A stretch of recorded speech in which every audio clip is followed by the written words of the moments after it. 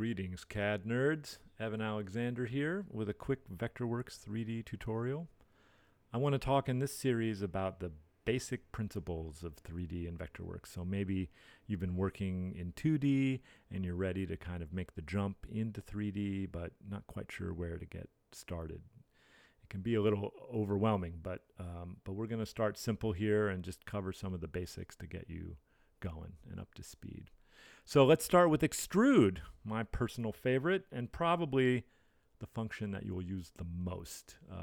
This is the best and easiest way, I think, to get things from 2D into 3D. So let's start out with a simple rectangle. I'm going to just draw out a square here.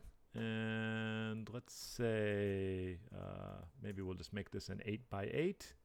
Keep it nice and tidy. I'll center it up in the world. Don't need to, but always good. And with this selected, we're in top plan view. And I'm just going to say model extrude. Command E is the shortcut, or Control E on Windows. When you do this, a dialog box will pop up. It's going to show you the general dimensions of your object. But what we're interested in here is the extrusion. So now it says 4 feet. That was the last extrusion I did. Was doing some work before I recorded this. So it always remembers your last extrusion, which can be handy. We'll talk about that later. So 4 feet, that seems like a good height. So I'm just going to say, okay. Now, again, it looks like nothing here has changed because we're still in top plan view. But if we switch over to, say, a right isometric view, you can see, ta-da, you are now a 3D designer. There you go. That's all you need to know. All right, maybe not. But let's switch to OpenGL here, and you can see that we have this nice cube. If I look in our object info palette, you can see that this has changed from a rectangle to an extrude. I have my width and length here, and also my extrude height. So you can change this on the fly here. This is parametric. You can dial in that value, okay? Now, this has now become a 3D object, but if you want to modify this, there's a few different ways you can do it, but the simplest way is to kind of go back to your original 2D. So this is a what we call a parametric object. So it retains its build history inside of itself, and you can go back and manipulate that later. What does that mean? So if I were to double click on this extrude, you can see I get this orange box, right? Kind of like we're inside a group or a symbol, an editing envelope. And I'll go back to top plan view here. So I'm back to my original 2D shape. And so I can manipulate this. Say we change the size of this, just like any other 2D. And then when I say exit extrude, it's going to take us back and update this. So this is super handy because it really helps you edit things even after you've made this without having to kind of rebuild it from scratch, okay? I'm going to go in here again, double click, and you can do more complicated things. So for example, if I drew a circle here, I'm going to select both of these and say modify clip surface. So we've knocked a hole out of our 2D shape. Again, we're still really only in the 2D, but you can see where this is going. When we exit the extrude, then we're back and now we have updated it. So this is fantastic because it gives you the ability to kind of modify sizes of things or change the kind of general shape or to build more complicated shapes this way and still go back and edit them. So if this was a platform and then, I don't know, your art director came back and said, hey, we want to take that hole down to 2-foot diameter, you can easily just go in here and edit your 2D down and fix it up and then re-extrude and you're all set, okay? So that's great. Now, you'll notice that originally when I did this extrude, we drew it flat on the ground and then we extruded and it rose up into Z-space, into vertical space. So Vectorworks is kind of, the philosophy here is that the extrude always happens towards you. So which view you're in is specific, it's specific to which view you're in for how you want to draw your object. So what do I mean by this? Well, let's take a few examples. I'm going to say, let's say we want to draw a wall here. And so this wall is, sure, 17 feet long, and we'll make it 6 inches thick. And so now I'm in top plan view. I'm going to extrude this up, and let's say 10 feet. And say OK, and then you can see here we have this nice 10-foot wall. So that's one way of approaching it. The other thing I could do, let's go over to the side here. We'll keep this here and we can compare. I can go into front view, and I'm in screen plane. So anything I draw now will be kind of perpendicular to my screen instead of to the ground plane. And so let's draw out a rectangle here. And again, I'm going to make this 17 feet wide. And we know that we want it to be 10 feet tall. And now if I hit Command E, so now I'm extruding the depth this way. So we're going to say 6 inches. And so you can see these two are identical. So there's two different ways to kind of get to the same end result. So which one of these is correct? Well, it doesn't really matter. It's kind of up to you. It depends on how you like to work, but more importantly, probably what it is that you are building. So if this was a wall, of a set, and we wanted to now start to put in some doors and windows, we have a few different options. So let's take a look here. I'm going to go back to top plan view. So now let's say we want to cut a door in here, right? There's again, always a few different ways we can do it, but here's one approach. So I'm going to go back to top plan view, and I'm going to draw a rectangle, and I'm just going to kind of get it down, overlap it a little bit. Now, let's say we want our door to be 30 inches wide. So I'm going to change the width of this. Now it's grossly overshooting our shape. That's okay. This is just going to become kind of a cutting tool for us, and we're going to throw it away later. So it doesn't really matter. So now, again, in top plan view, I'm going to hit Command E. And let's say our door is 6 feet 8 inches tall, kind of standard door size. I'm going to say OK. And so what's happening here is that we now have these two overlapping shapes that are sitting kind of in the same space. You can see the OpenGL, because these are taking the same space. It gets a little fuzzy. That's OK. So now I'm going to select both of these extrudes. I have two extrudes, and I'm going to say model subtract solids. So this is kind of like add and clip surface in 2D, except that you're working now in 3D. So when I choose the command, it's going to ask me to select an object. And what it's asking me is, which object do you want to keep? So which object, highlighted in red, is the keeper, and which object is going to be the kind of cutting tool or the throwaway piece. So it selected this correctly. If this was wrong, if I wanted to actually slice this out of this column or pillar, then I could just kind of cycle through the different options here. But we'll keep this in red the way it is. And when I say OK, bloop, there you go. We have now used this extrude to cut a hole into another extrude. And so now our rectangle, which became an extrude, has become a solid subtraction, okay? Because this is also a parametric object, but it's a little different than extrude. So let's say in this example, we have our wall built, and that's nice, but now your art director comes back to you and says, you know what, we're gonna change all the door widths from 30 inches to 36 inches. Okay, no problem. So I'm going to double click on this. And when I do that, it's going to jump me back into the parametric history of this object. And so now I have two extrudes again, right? I am inside the solid subtraction. So now I can edit these just like we did before, where, you know, this is just an extrude and this is just an extrude. So if I double click on this and go back now I'm back to this 2D rectangle that I started to use as my cutting tool. And you can see the width here is 2'6", 30 inches.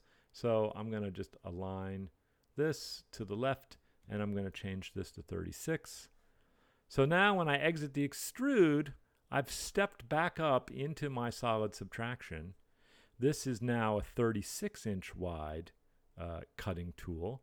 And if I say exit solid subtraction, so now I'm back out here, and this, if we've done it right, should be showing up as 3 feet. There it is. So we're good. So this parametric history is a big part of it. If we wanted to put a window into this wall, we could do the same thing we did for the door. Let's try this one a little bit different. I'm going to go into front view here. Again, I'm in screen plane. I'm going to grab a rectangle, and I'm just going to draw it out. Let's say, sure, we'll go 36 wide, maybe 5 feet tall, and then I want this to be, oh, I don't know. Let's just say, whoops, that would be the wrong command. Let's say Command M. Let's offset this by 24 inches. Just making this up. So now I'm in front view again, and if I take this and I hit extrude, again, I'm just making a cutting tool, and I want it to be wider than my 6-inch wall, so it doesn't really matter, but let's say 12. I'll go back to top plan view. We don't want to autosave, thank you. So now I need to manipulate this a little bit. I need to slide this guy back just to make sure that they're overlapping, and we'll come back and talk about why that happens there in a minute. But you can see that now we're basically back to where we were with our door, right? You've got this cube in here. I'm just holding the B key to show me X-ray mode, and it's overlapping the wall. So I'm going to grab both of these, and I'm going to say model, subtract solids, and pick the wall for me. I'm going to say okay, and now we're in. So this is still a solid subtraction, and it just has basically steps that you've done in this parametric history. So if I double click on this again, I'm going to go into the solid subtraction one time. So this is an extrude, and this is still a solid subtraction because it's taking this door subtraction into account. If I double click on this again, I can go back one more step. I can double click on this, and maybe we can make our wall a little thicker or a little shorter. So this parametric history working with extrude, with add and solid subtract, this gets you so far in 3D in just being able to kind of build stuff. Now, again, how should you build this wall? Should you draw it in plan, pull it up, and cut holes in it? Or should you just draw this front elevation of it? Well, it just depends on your particular situation, maybe what you had for lunch that day. There's no right or wrong way to do it here at all, okay? So that's great. We love this. And that's kind of the basics of extrude, where it really gets you, kind of as far as you need to go. So let's get rid of this. Let's draw another rectangle here.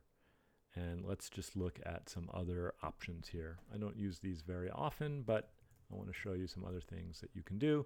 So again, we're back to where we started here. We have an 8x8 square rectangle, and in 2D I'm in top plan view. Now under model we went to extrude. There is also this object here called tapered extrude, and so what this is going to do, whoa, illegal objects on the screen plane were selected. They have been deselected. Whoa. So it looks like we need this to be in layer plane. And now we're going to say model tapered extrude. Thank you. And I think we need to have a whole separate video about screen plane versus layer plane because it's a little confusing. But this is now asking me, okay, I'm going to extrude. How high do you want to extrude it? So we'll go 4 feet again. And then you can now pick an angle to taper the top. So 5 degrees for the slope of the sides there. Sure, that sounds okay. And I'm going to say okay. And you'll see that now what we've gotten here is this tapered extrude. So that seems great, but here's the catch with this. I never think about platforming or, stairs or objects I'm building really in terms of what this angle is. I'm thinking, how big is the base and how big is the top part where the actors or performers have to stand. So I want you to know that this is here, but there's a better way to make these kinds of objects if you need to. So let's delete this. Let's say that what we really want is a platform that is 8 by 8. So I'm just messing up here. 96, whoops, not looking what I'm doing. 96 by 96. Again, I'll square it up because we like to. Now, I know that my base is 8 by 8. And let's say that we want the top part. There's going to be like a guitar player on this doing a solo. And we want that part to be 4 by 4. So what I'm going to do is I'm going to draw another rectangle. Let's just draw it over here. And we'll say 48 by 48. So there's my 4 by 4. And I'll grab this guy in the middle. And I'll just snap it to the middle here. So now we know that I have the top side and the bottom side. So how are we going to extrude and connect these? So in this case, I'm going to select both objects, and I'm going to say model multiple extrude. And so what multiple extrude is going to do is it's going to basically connect your bottom piece of geometry to your top piece of geometry. So you're not dealing with angle of side here. You're just dealing with these two shapes. But again, you still need to tell it now, how tall do you want to make this platform? So let's say, in this case, we'll go 6 feet. And I'm going to say, okay. And so now you can see what we have here is a 6 foot tall extrusion, right? It's 3D geometry. And it is 8 feet at the bottom. And what did we do? 4 feet at the top. So this is another way that you can, kind of control it down. I didn't know about this for a long time. What I used to do is draw an 8 by 8 and I would extrude it into a cube. And I would go into front view and then I would draw these like big, angled wedges and extrude them, 20 feet and use that as this, kind of solid subtract cutter. And then you would have to mirror it over to the other side. Sorry, I keep hitting shortcuts from my workspace, which is turned off. So, this multiple extrude is kind of a better way to kind of get there. And so you can do a lot with this, right? Let's just do one more quick example before we go. Let's say we're building kind of a basic proscenium arch. Just real simple. And so here's one way to do it. Let's say the whole thing is 80 feet wide. And we'll make it 24 inches thick. I'm making this up. And we will extrude this thing to a height of, 40 feet. Great. We'll go in the front view. Okay, so here's our basic proscenium. And now what we need to do is kind of cut an opening out of it. So in this version, I'm going to go from top view. I'll change over to my kind of rectangle from center point, snap to the center here and pull out. So this is going to be my cutter. So I want it to be, any distance wider than the thickness of the proscenium. And I'm just going to click and then I'm going to say, let's say this is 40 feet wide. And I'm going to extrude this. And now let's say 20 feet for the extrusion. And if we look here, so what we have is, again, just like our doorway before, we've got basically the proscenium and we've got this cutter tool. So I'm going to grab both of these and say solid subtract. And like now we have a nice basic kind of proscenium opening.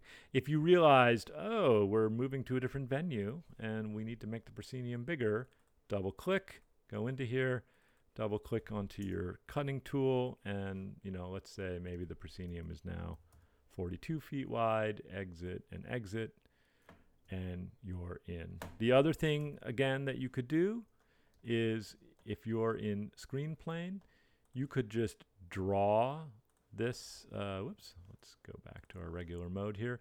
You could just draw this in front view. So we said 80 feet by 40 feet. And then I can hit Command D to duplicate this.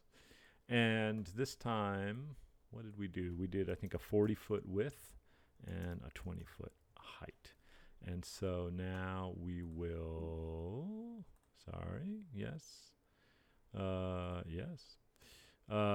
This is a new installation, so I haven't worked out all the kinks. So I'm going to overlap these. I'm going to select both of them, and I'm going to say modify clip surface. Again, remember, this is only 2D. We haven't made it 3D yet. So let's get rid of this. So now we have our basic hole, and in front view, I'm going to hit extrude. We were a 24-foot thickness. And so here you go, 2 identical pieces made the same way. As a little bonus, there's one more way that you could think about this. And so that is, let's say I know that this is going to be 20 feet over here and 24 inches. And then I know that my proscenium opening, so I'm in plan view here, so we could build this yet another way. We have a 40-foot wide opening, and then this guy, whoops, we have a 40-foot wide opening, which we need to snap to the right place. This, let's Command D, duplicate. I'm going to move this into place. So now I have basically the 3 different components of this, okay? So, so what I'm going to do is I'm going to extrude these to full height. I'm going to make this just the header of the proscenium, and then we're going to kind of fuse it all together. So I'm going to grab both of these at the same time. So this is new. I'm going to grab 2 different rectangles, and I'm going to say model extrude, and it's going to ask me for a height, and we'll say 40 feet. Okay. And so if you grab multiple geometry, excuse me, at the same time, and you extrude it, it becomes one extrude. And sometimes that's what you want, and that's okay. But usually you want these to be 2 different extrudes. And so you can still do this. If I ungroup this, if I hit Command U, it's going to just take this back down to 2 different extrudes. So that's handy. And then I'm going to grab this top. So this time, you know, you really know your dimensions and you've already kind of figured it out. This time, I'm only going to extrude this 20 feet. And I'm going to say, okay.